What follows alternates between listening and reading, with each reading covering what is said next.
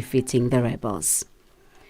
11 Nigerian states are signing up for a government initiative to promote ranching. Several of the states, particularly those in Nigeria's middle belt, have experienced deadly clashes between farmers and nomadic herders. The BBC's David Bamford reports. Earlier this month, over 200 people were killed and thousands displaced in Nigeria's Benue state in what President Bola Tinubu said was a land grab by herders. It was the latest in a series of confrontations. The government wants land fenced off into farms for crops and ranches for livestock, with a ban on open grazing. Climate-induced desertification has pushed Muslim herders further south, clashing with Christian farmers over shrinking water resources. South Africa's International Relations and Cooperations Minister, Ronald Lamola, says state burial in Zambia represents the most fitting tribute to honor the former President Edgar Lungu's legacy and service to the Zambian nation. Lamola met with Zambian President Hakainde Hichilema in Lusaka.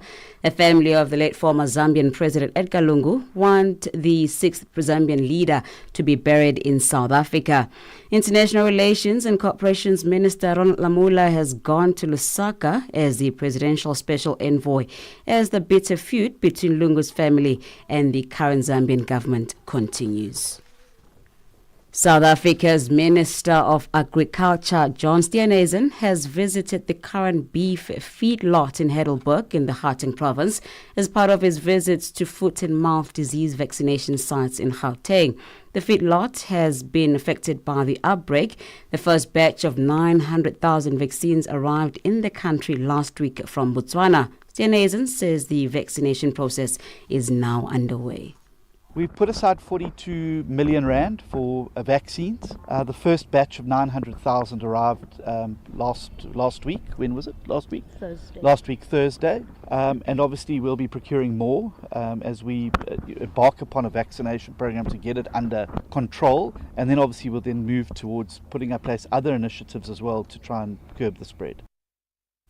Lastly, French Foreign Minister Jean-Noël Barrot says France opposes any attempt to try and force a regime change in Iran. This comes amid continued Israeli strikes on targets in Iran. At the weekend, the U.S. used stealth bombers to target Iranian nuclear facilities. Barrot says Europe is worried about the current escalation and has called on Iran to take no retaliatory action that could further escalate the conflict.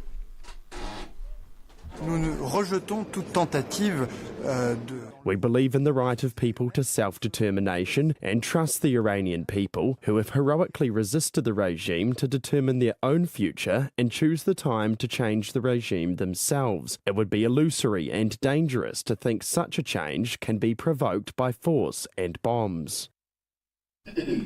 Recapping on your top stories, the Army of the Democratic Republic of Congo says it has signed a new accord with neighboring Uganda aimed at boosting a joint military campaign against a rebel group, the Allied Democratic Forces.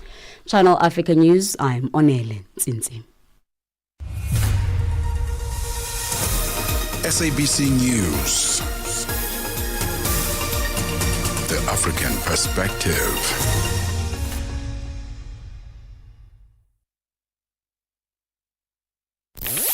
Connecting Africa to the world. Africa in Business with Thami Ngubeni brings you the latest insights on Africa's economy. It is exactly 6 minutes after 4 p.m. Central African time. A very good afternoon to you, Kenya. Good afternoon, Nigeria, Senegal, Eritrea. Good afternoon to you, Africa. Welcome to Africa in Business on Channel Africa. I'm Thami Ngubeni, here with a lot in store for you. We've got the Glamping Expo, which will be taking place in Johannesburg.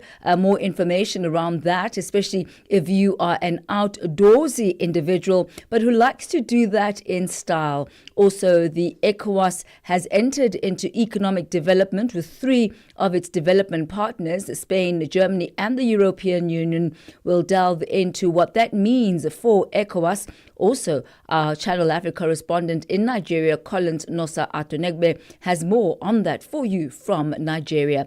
Coming up in our weekly business roundup, Tsepo Mungai throws forward to some of the leading stories on the African continent as far as business is concerned, and also a look at developments around Shell, Nigeria. Get Channel Africa on DSTV Audio Bouquet. Channel 802. It is exactly 7 minutes after 4 p.m. Central African Time. Now, the High Court in London has ruled that Shell plc and its former Nigerian subsidy can be held liable for historic oil pollution in the Niger Delta. In this case, the Bill and Ogale communities in Rivers State said that Shell-owned infrastructure caused thousands of years of environmental degradation and are now seeking compensation and asking for the companies to clean up the damage that has been caused by the spill. Shell had argued that claims older than 5 years were time-barred, but the judge disagreed, ruling that failure to clean up the pollution could amount to an ongoing legal breach. For more on these developments, we've got Shuaib Idris, economist and managing director and CEO at Timeline. A very good afternoon to you. Good to have you with us. Welcome to Africa in Business. Good afternoon. Thank you for having me. So how long has this case actually been going on? Wow, this case has been on for the last 25, 30 years, if not longer. The issue of the Niger Delta, and in particular the issue of the oil spill and the environmental degradation has taken fairly long time in the arena of conversation and discussions.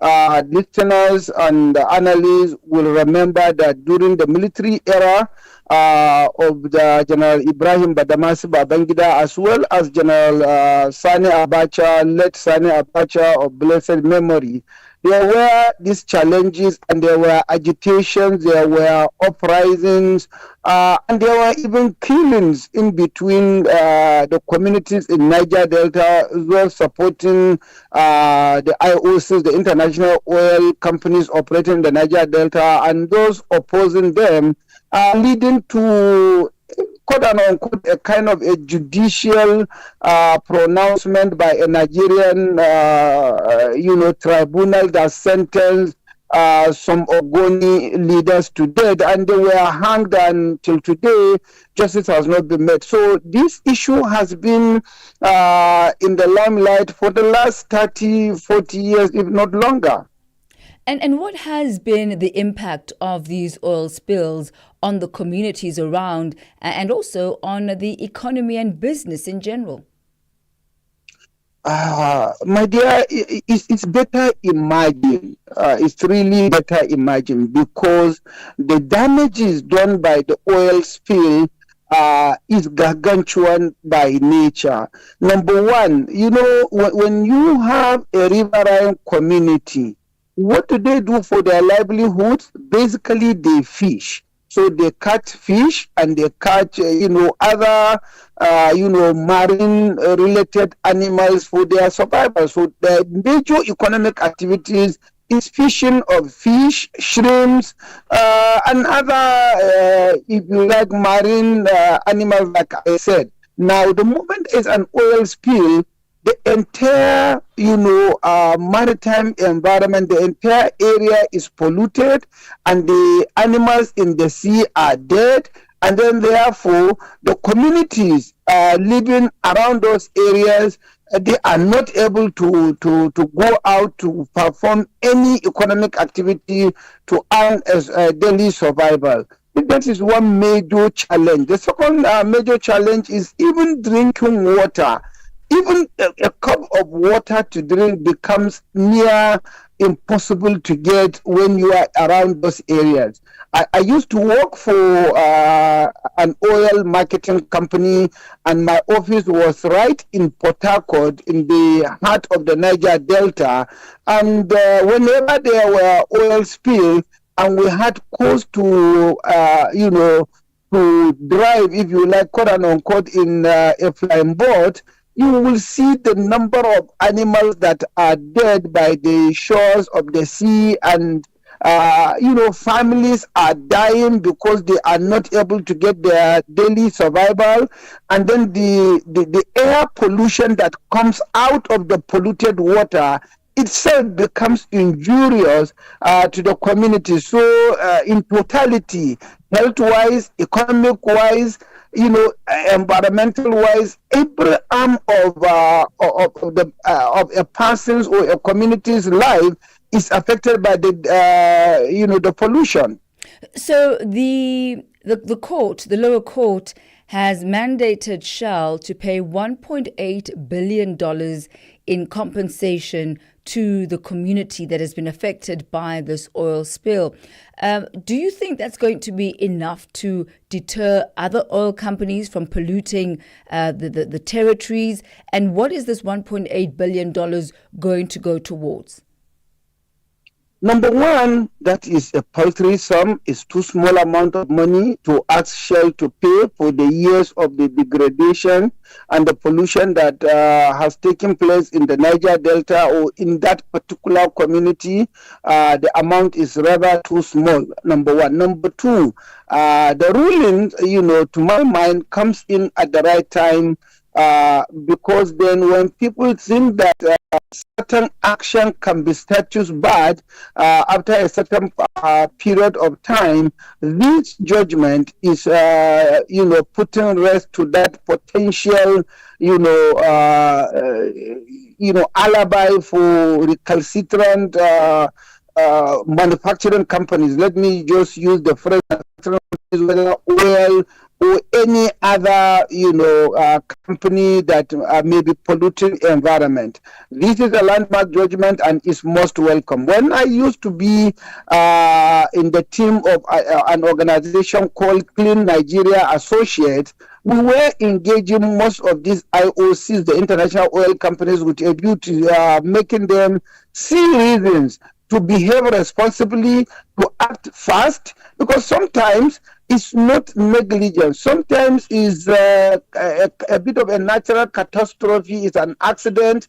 It is not that these companies did plan to pollute the environment, but in the course of their business, sometimes they are careless, sometimes they are reckless, sometimes it is, like I said, it's just a natural disaster that does happen. But then I think these companies can do even better.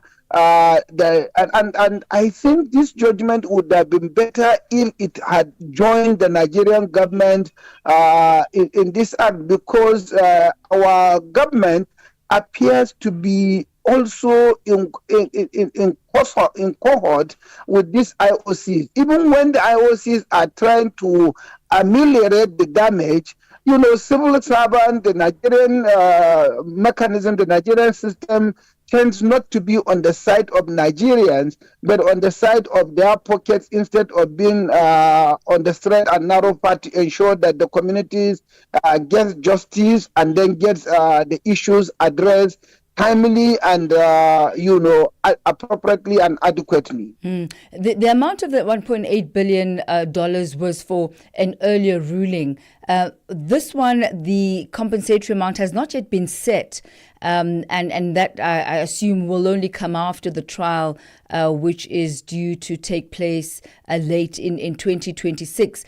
But what would be a fair compensatory amount that will justify the extent of the damage done? I will say there is no amount of money whatsoever that will be fair enough, because lives were lost. We're talking of not less than 200, 500 people that have lost their lives, either through drowning in polluted waters or through, inhaling of oil, gaseous substances coming from polluted oil. It's no amount of money that you can give to restitute one or two lives lost. However, when you are talking of restitution, I think the first thing first, number one, the arrogance of Shell can now be termed. They should come to the face and say, I am sorry, I agree, I have erred, and I apologize. So that is the first step. The second step is to see how best can we continuously help, these communities. Right now, what we are seeing is Shell feels, I can decide to get out of onshore asset oil wells that are in between communities and go to the high sea and then mine my crude oil and do business without having to care about the environment as much as I should if I were to be on site. That's exactly what Shell Nigeria has done. It sold some of its assets, and now doing much of the oil-related businesses in the high sea. Is that the best? Is abdication of responsibility, is standing on logic, is arrogance. And I think this judgment is a clear sign to not just Shell, but to all the oil companies, be them Mobil, Chevron, Exxon, Elf, Total, and the rest of them. It's a clear sign that they need to be careful, and not just in Nigeria, but anywhere in the world, because the British cause has ruled, and it will be this ruling will permeate across the length and breadth of the globe. It certainly will. Thank you so much, Shuabu Idris, economist and managing director, CEO at Timeline, giving us insight as to how this has impacted the communities over the years. And as mentioned, the case will be going into the courts for the full hearing in 2026, and it is there that the compensation will be decided. Apart from the loss of income, which was spoken about, and the loss of livelihoods, there is also the environmental costing that has to be quantified in order to clean up the damages. And this is estimated to be tens or hundreds of millions of pounds, depending on the extent of that restoration needed. Punitive damages, of course, if the court allows, and also the impact of health and personal damages. All in all, there are around 13,000 residents from the Ogale and Bili communities in the Niger Delta, most of them being farmers and fishers. It's exactly 19 minutes after 4 p.m. Africa in Song with Chanduko Ligege. This song has a line that I love so much in the isiXhosa language. It says, Andinayo nesentem daga. So I went down to the Eastern Cape. So I went to Yanga and said, Yanga, tell me here, what does Andinayo nesentem daga mean? If I say Andinayo nesentem daga, it means that I do not have any money on me. I do not have money to give to you. Interesting, because in Chivenda, I would just say, Atinana peni, ndo cherumwe. I wonder if you have that expression in your home language when you want to say you're broke, but in a very creative way. What do you say? I'd like to hear from you. Africa in Song with Chanduko Ligege. Stay ahead with Africa in Business, where Thami Ngubeni unpacks your go-to source for Africa's economic trends and development. It has gone exactly 20 minutes after 4 p.m. Central African time as we continue our focus on Nigeria. The country's leading airline, Air Peace, is preparing to launch direct flights from Abuja to London's Heathrow Airport. That starts later on this year, the 26th of October. This milestone comes after persistent diplomatic efforts by the Nigerian government to ensure reciprocal agreements in international air travel. The announcement was made by Tunde Moshood, Special Advisor on Media and Communications to the Minister of Aviation and Aerospace Development, Festus Ekeyamo, in a statement released on Sunday. To discuss what this means for Nigeria's aviation sector and the country's economy, we're joined this afternoon by economic analyst Progress Palm Springs. A very good afternoon to you. Welcome to Africa in Business. Well, a very good afternoon to you. Thank you so much for having me. So how long has Air Peace been trying to pursue this particular route from Abuja to London's Heathrow Airport? And was this quite a lengthy battle for them? Well, it was quite actually a long time, especially considering that they actually tried to go in through last year, which is 2024, and they've been sort of like relegated to an alternative route, which is the Gatwick one. And then you're also looking at Heathrow Airport, which is actually one of the aerotropolis that we actually have in the world. So that means a lot of business for an airline like Air Peace, which obviously wasn't doing so great on the international market. And I think if you look at what it actually spells for Air Peace, it spells quite a lot of things. Remember, nowadays, air travel is not essentially about passengers, it's about the luxury part of it, which is where they make a lot of money. And if you understand the dynamics in terms of what actually happens in airline travel, you make a lot of money, especially when you're using those spoke and hub models like the one that we're actually having here. And you're looking at Nigeria, of course.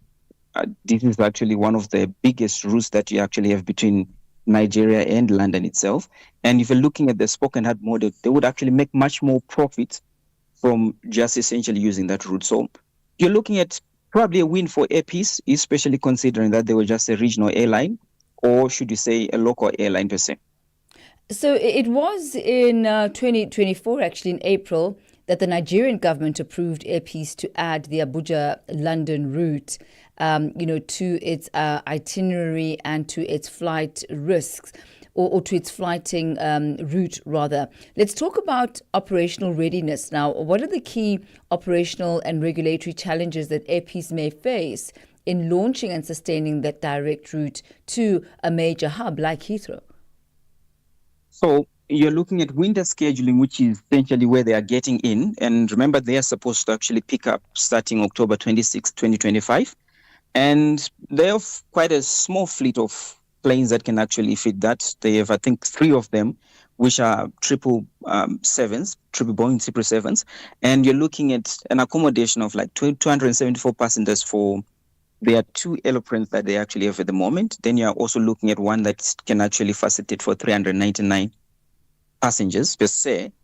And these are, of course, wide-body planes. So essentially, they're servicing non-stop routes, which is profitable routes per se.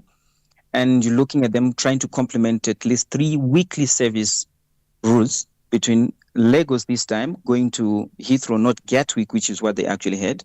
So you have quite a lot of things to actually consider. For example, this is Heathrow. You have to have a lot of de-icing equipment. Otherwise, you're actually going to repeat what happened between Delta and American Airlines, especially with their point-to-point system, because it's almost like a point-to-point system from their end. And then you're also looking at a case where Heathrow is quite expensive. The airport fees, the airport taxes are quite expensive. So you can't afford the cancellations. You also can't afford to not come in time, which is something that Air Peace has got a reputation for in West Africa, where it is. So they can't actually get away with such at Heathrow. And you're also looking at the costs that are a bit costly, especially when you're looking at you being placed. Remember, they actually negotiated this deal, so they only have like few slots for them to actually get into. It's not like the usual where you choose which slots you actually get into. They might also have to actually have some airlines actually give them, since it's negotiated sort of like entry in. So you're looking at a number of things that are actually there. And I'm thinking of essentially what is actually happening geopolitically. You're looking at jet fuel that is promising to shoot up. I don't think they can actually stave it off, especially if the Israel-Iran war actually continues, because you're looking at prices that might actually go to as high as $200 per barrel. And as we speak right now, the Strait of Hormuz is almost like throttled out. So they have quite a lot of challenges to actually go for before they essentially become, a trusted airline, especially on that route. And then you're also looking at a case where right now Heathrow has actually got like an ownership that is outside of the usual, ownership that they have in West Africa or even within Nigeria itself. You're looking at 5 owners of Heathrow, which is the Heathrow Holdings, and they are not actually prioritizing particularly travelers. They are prioritizing giving out dividends. If you just look at what happened during the COVID period, they actually dished out quite a lot. £4 billion was actually going to the shareholders, not even to the travelers. And you're looking at Heathrow that is also suffering as a result of that. So I don't think they're actually ready for what might actually ensue, especially considering that they're getting into October and you're looking at a number of geopolitical events that might actually hamper what they actually go through the diplomatic channels. Perhaps and I think yes, perhaps let's do this. I'd like us to just focus on what economic benefits this new route could bring to Abuja and the broader Nigerian economy in terms of tourism, in terms of trade, as well as connectivity. I think you really highlighted quite well the number of challenges that Air Peace has right now, specifically around the geopolitics and how that is going to impact jet fuel costs. But what benefit could this likely bring to Abuja? Well, for them, it actually looks like a very big opportunity, especially considering that, the airline industry is oligopolistic. So you're most likely going to get the same benefits that everybody else within the industry is actually getting. And in this case, all APs needs to actually do is just beat the US $19 cost that they essentially exacted from Heathrow, and then they'll make a profit. And you're also looking at a case where they are most likely going to make a lot of money. Right now, the fact that the industry is actually using is 12, especially when you look at traveler points. And this is essentially something that they have. Well, I might actually want to highlight right now that most airlines that you see nowadays are no longer operating like transportation companies anymore. They're essentially banks. So they use their loyout programs for you to actually get a lot of more money, which is that factor of 12. So if you look at that, that's quite a huge factor. In fact, it's one that actually causes their earnings before taxes to actually shoot up. So it doesn't matter whether you're actually going practically empty in terms of your passenger seats, or you are going full, you're most likely going to get your returns. And I am going to ask you, though, if you could just break that down for us. It's a very interesting point around the new business structure that airlines have adopted. Can you dissect that for us? So basically right now what you're seeing is a bit different. Remember, in the beginning, aviation, you didn't actually need to compartmentalize to say you are using first class, business, or economy. You essentially just flew everybody the same way. And then over time, they find sort of like a loophole. And in this case, that loophole is essentially the loyout points. So the loyout points are not essentially the basis of how many passengers you have, essentially on the basis of how much you're actually offering. And they're trying to actually do it by miles that you have actually accumulated over the year. And in this case, when they say miles, they also include things like you're buying cabin space, you're actually buying your services that you get at the airport, you're also buying anything else that is considered extra. And I think Heathrow is one that is actually known to actually do so. So you know how they always make sure that they give you 45 minutes your data before you fly out so that you spend in retail. This is most likely something that will actually become win for an airpiece. You're looking at also the relationship that is actually there between Heathrow, Airpeace, and what they have with the government of the United Kingdom negotiated is one that is most likely going to bring them a windfall as well, especially considering that Nigerians like to travel and they like luxury and they are known to go to London, As we wrap up, and literally if you can answer this for us in 1 minute, I'd greatly appreciate it. Several times you've highlighted the fact that this is a negotiated route. How significant is the Nigerian government's role in securing this access to Heathrow? And what does it actually reveal about the evolving dynamics of reciprocity in this bilateral air service and the agreements therein? Well, if you look at an airline like Airpeace, obviously they are not going to get much in terms of risk reciprocation. So they needed at least the government to actually jump in. And if you look at what actually happened there, Minister of Aviation in Nigeria, together with the government of the United Kingdom, they negotiated something. It's pretty clear. The landing slots are not actually as varied as you'd find, let's say, somewhere Gatwick or Amsterdam. You're looking at a Spoken Hub airport. So and it's something that you definitely would like to actually thank the Nigerian government for actually achieving. Remember, they did it under the bilateral air service agreement, which is essentially looking at what does the United Kingdom actually get from Nigeria in terms of that. And then you're also looking at the benefits. The benefits is essentially the Nigerians are actually going to get cheaper flights. Remember, they were actually getting British Airways, or you're getting some other airline that is connected to Europe like Virgin Atlantic. And now you look at what they're actually being offered, if I can actually put it in terms of Naira. You have tickets that are as cheap as 1.2 million Naira. And we're going to have to leave it at that. Naira. A huge discount for them there. We're going to leave it at that for this afternoon progress. Thank you so much for taking us through. Thank you so much. Have a great day. Have a great one too. That's Economic Analyst Progress Palm Springs. Bring us to exactly 4:31 Central African Time. Let's head over now to the economics desk, where Buntle Hedbush is standing by with your latest market indicators.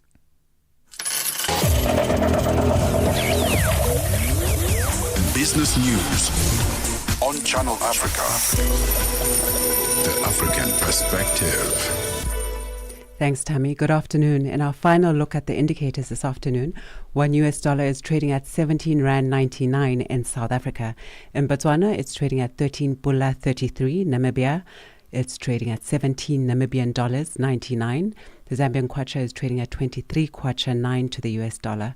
In Kenya, the dollar is trading at 128 shilling 56. Ethiopia, 137 birr 30. In Uganda, it's trading at 3,584 shilling. In Tanzania, 2,642 shilling. $1 in Nigeria is trading at 1,547 naira. In Egypt, the dollar is trading at 49 Egyptian pounds 65. In Tunisia, it's at 2 dinar 93. Algeria, 129 dinar 29. In Morocco, the dollar will cost you 8 dirham 98. In Angola, it's trading at 911 kwanza, while the Congolese franc is trading at 2,853 to the US dollar. Looking at the commodities this afternoon, gold is trading at $3,367 and platinum at $1,282 per ounce, while the price of Brent crude oil is at $77.48 a barrel. And those are your indicators this afternoon. For any business stories you'd like to share with us, please send an email to newsroom@channelafrica.co.za or call us on +2711 714 4459. For Channel Africa Business, I am Bontle Hetbush.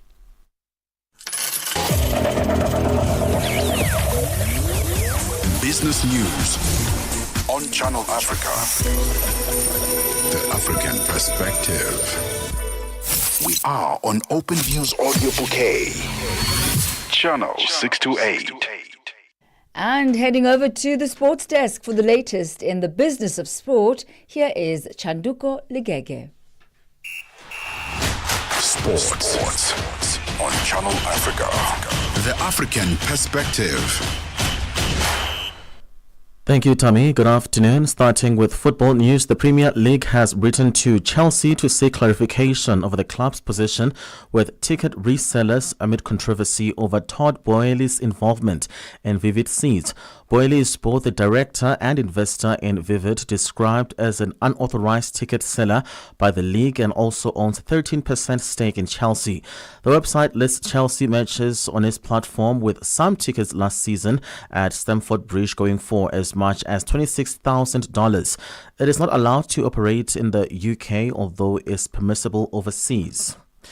In other news, Rangers shareholders have given approval for the club's new American owners to invest $26 million into the club, with new chairman Andrew Kavanagh pledging they are at Ibrox for the long haul.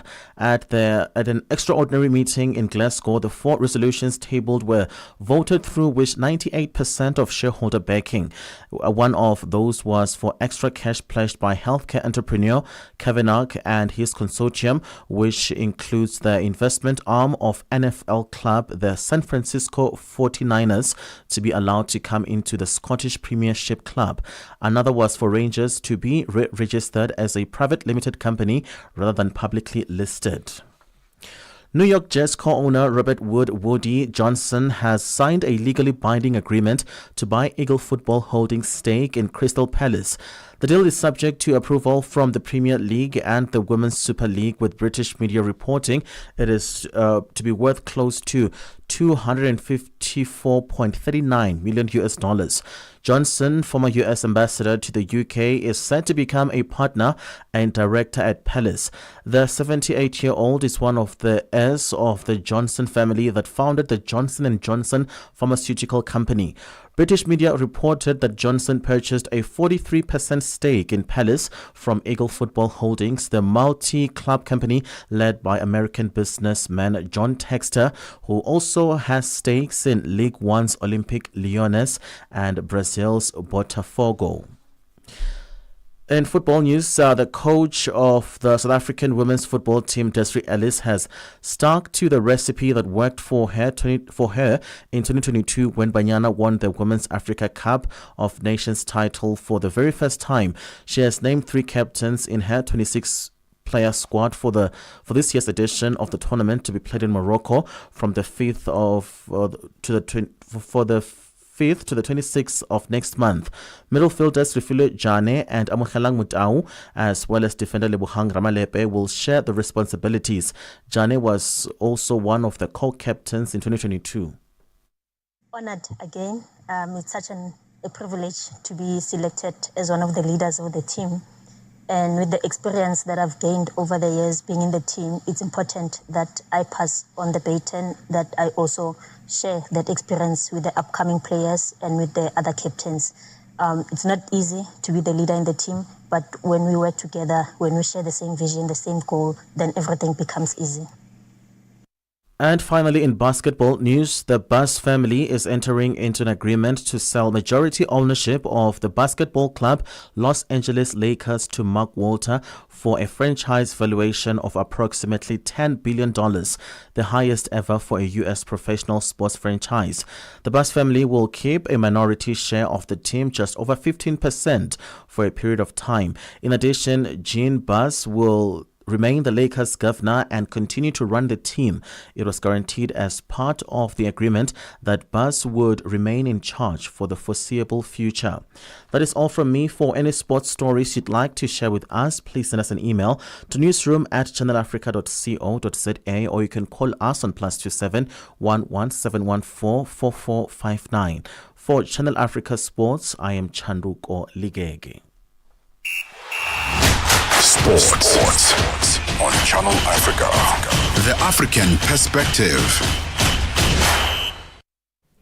It has gone exactly 38 minutes after 4 p.m. Central African time. If you have any sport, business or news stories you'd like to share, stories that you believe would be of interest to our listeners both on the African continent and in the diaspora, please do pop us an email at newsroom@channelafrica.co.za. You can also engage with us on our various social media platforms.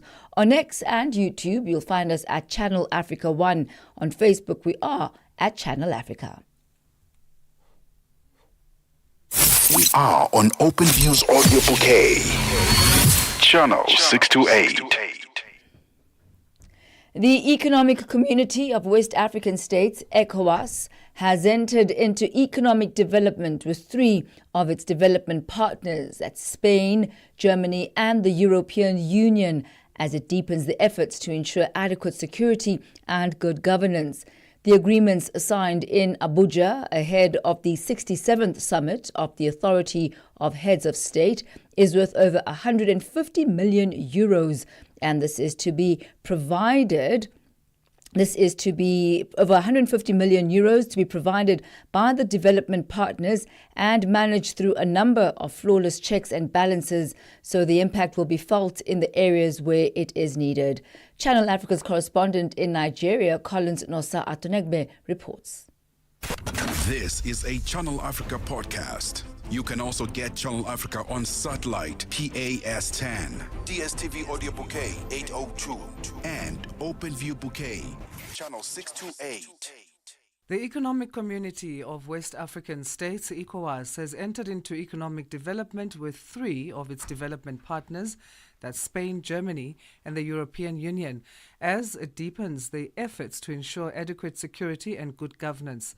The agreement, signed in Abuja ahead of the 67th summit of the Authority of Heads of State, is worth over 150 million euros to be provided by the development partners and managed through a number of flawless checks and balances so that the impact will be felt in the areas where it is needed. Channel Africa's news correspondent in Nigeria, Collins Nosa Atohengbe, has more. The agreement signed ahead of 2 important gatherings of the regional body, the Youth Development and the 67th Summit of the Authorities of Heads of States and Government of Member Nations, attracted 100 million euros from Spain, while Germany and the European Union will jointly give the balance of 50 million euros on equal shares. The specifics were reached after an arduous discussion where the modalities that will enable citizens of ECOWAS to feel the impact of the planned projects were explained by the president of the Regional Bodies Commission, Omar Toure, during the signing of the agreement at the ECOWAS headquarters in Abuja. Toure noted that in the past, much attention and resources was directed towards holding seminars and workshops, leaving so little for the provision of relevant infrastructural development that could impact on the people within the region. He called for a reduction of such activities and greater attention to be given to projects implementation. Let us focus on delivery. Let us focus on concrete results on the ground. Let us reduce workshops. Let us reduce trainings. Let us reduce validation activities, validation workshops. It beats the imagination of all of us to see the amount of resources we dedicate to training and overtraining. I think we need to be frank as partners and focus on delivery on the ground.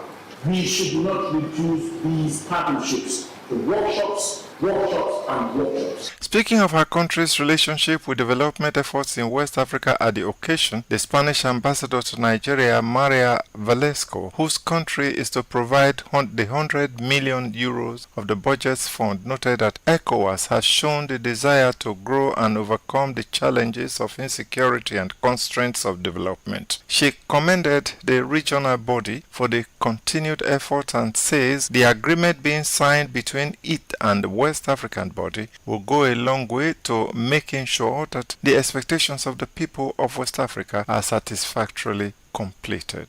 Today, ECOWAS stands as a powerful example of this long-term vision. In a world facing growing uncertainty, this region continues to pursue its vision of a peaceful and prosperous area governed by strong institutions that uphold fundamental freedoms and promote inclusive and sustainable development. Germany, on its part, expressed the belief that regional integration will promote economic development and political stability, among other requirements that will help to promote peace and prosperity. The German envoy, Dorothee Janetz-Wenzer, says her country been of tremendous support to ECOWAS over the years and will continue to give necessary assistance that would promote regional stability and good governance. Germany has continuously supported ECOWAS and its member states in this process, and we believe that regional integration promotes economic development, political stability, inclusive societies, and environmental protection, amongst other things. Hence, we are honored to support ECOWAS Vision 2050 on building a citizen-centered community for peace and prosperity. The fund will help ECOWAS in the drive to ensure even economic development, promote intra- and inter-Africa trade, and deter insecurity, which has been a hallmark of the region for some years now. Meanwhile, the 67th Summit of the Authorities of ECOWAS Heads of States and Government, which opened in Abuja at the weekend, has ended with numerous protocols that will promote the greater regional integration, commitment to peace and security, and regional trade with a view to promoting and actualizing the purpose of the African Continental Free Trade Zone. That takes us to exactly 4:45 Central African Time as we turn our attention now to the Tunisian embassy, who, in collaboration with South Africa's Department of Science, Technology and Innovation, has hosted a high-level seminar focused on water security. Speaking to Channel Africa, Tunisia's High Commissioner to South Africa, Karima Bardot, emphasized the urgency of tackling water access and management challenges across the continent, highlighting water as a unifying issue that transcends regional divides. With a dedicated State Secretary for Water now in place and educational initiatives underway in Tunisia, she underscored the importance of building awareness from the classroom to policy level. Channel Africa's reporter Michael Mbewe filed this report. Access to clean water is vital and fundamental for human health and economic development. However, environmental degradation in various forms is reducing access to these essentials. Around 1.9 billion people across the globe live in potentially severely water-scarce areas. By 2050, this figure could increase to around 3 billion people. a critical situation that imposes the establishment of water management strategies on the national, regional and international level. In a collaborative effort, South Africa and Tunisia teamed up together last Thursday to find collective ways of dealing with water challenges at a bilateral level. Tunisia's ambassador to South Africa, Karima Badawi, has paid a moving tribute to South Africa for lobbying Tunisia to the platform. South Africa is very, very busy with the chairmanship of the G20. They have a lot of meetings, but they managed to have like a time for us in order just to raise out a very, very important issue. It's about water. How can we access to water? The impact of not having access to water. Why not go through the SDG 6, the Agenda 2030 of the United Nations, and also the Agenda 2063 of the African Union agenda. So this is very important for us, to just not only to show support, to raise difficulties, but also to just, pay tribute and also try to, why not only touch the science and innovation fields, but all other fields in order just to show that even if you are on the northern part of Africa, you are on the southern part, but you are very close, we have the same issues, and then we can do a lot when we are together. She said cooperation is key as it opens up doors and opportunities for solidarity and collective problem solving. It's very important for us to cooperate together. This kind of gathering just gave us and will give us the opportunity to point out the problems and then find solutions, because when you saw all the people, the speakers, and then also the moderators, they all go with one conclusion. We need to work together in order just to face all our challenges or our issues. We are all part of Africa, and then together we can really, really do a lot. As South Africa celebrated 30 years of democracy last year, the two nations also celebrated a 30-year milestone of diplomatic relations and bilateral cooperation.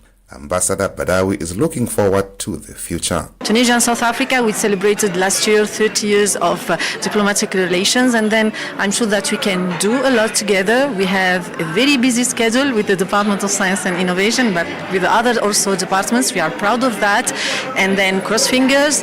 This is only the beginning, and then a lot of good things I think are coming. Just like South Africa, Tunisia also went through a mammoth water challenge but managed to stabilize the situation. Ambassador Badawi explains how. I think we have a lot of programs. So actually, that we dedicated a state secretary only for water issues. Just to let you know, under the chapeau of the Ministry of Agriculture, we have like an agenda just to try to raise the problem of water and awareness also. That we need to start from the beginning, from schools, just not to tell them, no, don't waste water, be careful. We have this big problem of climate change. And I think that we start from the beginning, and in Tunisia we are really, really doing our best in order just to educate people. No waste water. You don't have to waste water. Be careful. This is not only for us, but for the generations to come. From the lens of South Africa's Department of Science, Technology and Innovation, Dan Troy, who is the department's Deputy Director General, said the symposium focused on 3 priorities. This event speaks to 3 key priorities for the Department of Science, Technology and Innovation. Firstly, and that is that science must be harnessed to respond to our key societal challenges, to the issues which affect our citizens. And if we look at the challenges experienced in the water sector, whether it's the reliable availability of water, whether it's the imperative to ensure sustainable management of water resources and nature, those are issues which science and technology and innovation are called upon to respond to. But secondly, we also firmly believe that science throughout history, throughout humanity's history, science has progressed when we work together across borders. So international collaboration is absolutely an imperative for our department. But then thirdly, within that context, we are very committed to advance the African agenda for science, technology and innovation, and ensure really that Africa takes ownership of the African scientific response to challenges. And this is what this event was all about. Part of the Tunisian delegation to share technical expertise and ideas on how Tunisia is managing its water resources was Professor Issam Nouri. No, for our case in Tunisia, usually we start by forecasting water demand, what will be in next week, and then water resources are safeguarded in terms of qualities. And then, of course, there is a team of technical person that do what is required as a pumping, injection of chlorine for quality, and to guarantee that pressure in the network is very good. In addition, they usually follow flow meters to assess what is really supplied, what is the distribution of pressure, and so on, to identify any kind of problems, technical problem that arise in the network. Usually there is no problem in networks, only if there is a shortage of water in the source. Michael Mbewe, Channel Africa News, Johannesburg. From markets to innovation. From markets to innovation. Africa in Business with Thami Ngubeni covers it all. With Africa's future in focus, Channel Africa, the African perspective. It is that time of the week on a Monday where we speak to SABC Economics editor Tshepo Mongai, who puts us in the know on everything you need to know as far as business is concerned on the African continent. Tshepo, good to have you with us once again. A very good afternoon to you. Good afternoon, Thami, and to your listeners. Perhaps let's start off, Tshepo, with a look at ECOWAS. They've entered into economic development with three of its development partners, being Spain, Germany, and the EU. Why? And tell us more about what this development partnership is going to be looking like. Well, Africa, and particularly different regions, are exploring different partnership and opportunities aimed at strengthening trade, market access, peace and security, and also institutional capacity. So the ECOWAS, which is the Economic Community for West African States, they entered with a number of European countries, broadly it's EU, Spain, Germany, and it's actually more about facilitating trade. And it's expected that it will be able to unlock opportunities worth 105 million euros. As you would understand, Thami, that the opportunities that US has presented to many African countries have faded with time. So it's actually opportune for this many countries, especially regional bodies, to go out there and find these potential business opportunities for their own countries and ensure that they put them in a position to explore them at various levels of business to business, but also facilitated by their own government. So let's move now from Europe to the United States. The 17th US-Africa Business Summit taking place in Luanda. What is the focus of the summit, given the trade agreements and the influx and the flux that has had over the recent past? Yeah, well, I suppose the U.S. President Trump, who has been going all out to reset trade relations with the rest of the world, this is one way to say that there could still be some opportunities. But also, Thami, you must remember that U.S. companies are present right across the continent in various fields.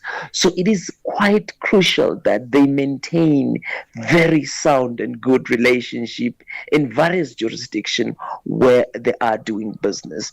So the 17th US Africa Business Summit, which is in its 17th year in Angola, it's exactly about that, looking at various opportunities where business to business can actually take advantage of cooperation and partnership between African businesses and the US. But also what is quite interesting is because there will be senior US government officials who will be attending this event. And you have a number of heads of states who have been battling to secure a meeting with Washington, and they want to use this particular event to raise some of the concerns that they've had. I know, for example, the president of Botswana will be attending, and that country has been trying to secure a meeting with Washington to discuss the issues of trade, and they've not been successful, and they want to use this. So there will be about 1,500 delegates who will be attending, including heads of states or presidents from various countries. So they are looking at investment opportunities, for example, in healthcare, infrastructure, agribusiness, creative industry, and of course, energy. Tsepo Mungai, we'll leave it at that for this week. Still a lot happening as far as business is concerned on the African continent. I guess when we next speak, we'll talk about the G20 Sherpas that are meeting from the 25th to the 27th of June in South Africa. Once again, making progress towards the main G20 summit at the end of the year. Thank you once again, Tsepo. It's a pleasure. That's SABC Economics Editor Tsepo Mungai, bringing us to exactly 4:57 Central African Time as Africa in Business makes way for Vue d'Afrique avec Joël. Bonjour.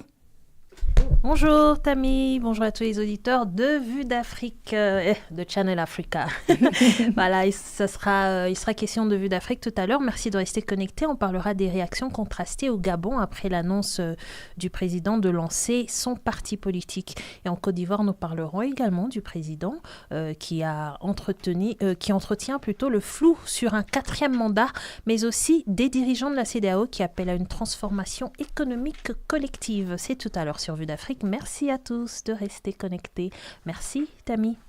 Merci, Joël. And that's how we come to the end of Africa in Business for this Monday. Handing over now to the French desk as they bring you into Vue d'Afrique and the French news. From the entire team, Onel and Cynthia News, Buntle Headbush, and the Economics Desk, Sport with Chanduko Legeke, Social Media, Nzako Mashaba, Technical, Katu Madava, our producer, Thami Ngubeni, and myself, Thami Ngubeni. Until tomorrow, have yourself a blessed one. Bye-bye.